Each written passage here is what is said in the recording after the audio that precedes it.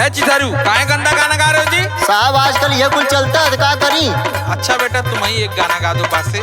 बासे सर इसको गाना नहीं आ रहा, मुझे गवा लीजिए, मैं गा दूंगी।